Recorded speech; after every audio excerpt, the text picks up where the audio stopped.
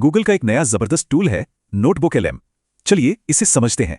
कई AI tools creative तो होते हैं, पर कभी-कभी मन से बातें बना देते हैं। इसे हेलुसिनेशन कहते हैं।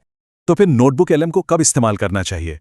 खासकर तब जब फैक्ट्स यानी सटीकता सबसे जरूरी हो। ये तब बेस्ट है जब जवाब सिर्फ अपने डॉक्यूमेंट से चाहिए, न कि पूरे इंटरनेट से।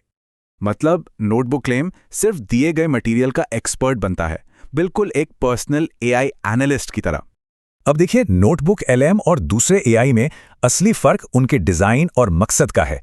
इसे एक असली केस स्टडी से समझते हैं, हेल्थ रिपोर्ट्स का एनालिसिस। तो एक यूजर ने अपनी हेल्थ रिपोर्ट्स, किताब की कुछ हिस्से और यहां तक कि यूट्यूब वीडियो भी अपलोड किए। फिर एक ऐसा मुश्किल सवाल पूछा गया जिसका जवाब निकालने में घंटों लग जाते। एआई ने झट से सारी रिपोर्ट्स को एनालाइज किया और एक पैटर्न पकड़ा, बढ़ा हुआ यूरिक एसिड लेवल।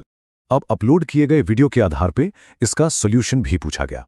और कमाल की बात यह है कि जवाब सीधा सोर्स ट्रांसक्रिप्ट से लिंक होता है, जैसा यहां दिख रहा है। हेल्थ के अलावा चलिए इसके 3 और जबरदस्त यूज केस देखते हैं।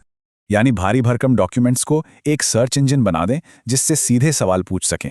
इससे किसी भी टीम मेंबर को बड़े प्रोजेक्ट की पूरी जानकारी फटाफट मिल जाती है।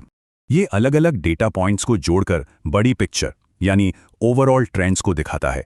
अब नोटबुक एलएम को बेस्ट तरीके से इस्तेमाल करने के लिए कुछ बातें जानना जरूरी हैं। सबसे पहले इसकी कैपेसिटी देखिए, ये 2.5 करोड़ शब्द तक प्रोसेस कर सकता है। इसे ऐसे समझिए, ये बाकी मॉडल्स के मुकाबले कहीं कहीं ज्यादा है। तो सीधी सी बात है, जैसा इनपुट होगा वैसा ही आउटपुट मिलेगा। क्वालिटी जरूरी है। एक बात ध्यान रखनी होगी, ये एनालिसिस के लिए है, क्रिएटिविटी के लिए नहीं। तो सवाल यह है कि क्या ऐसे सोर्स बेस्ड एआई ही काम करने का भविष्य है?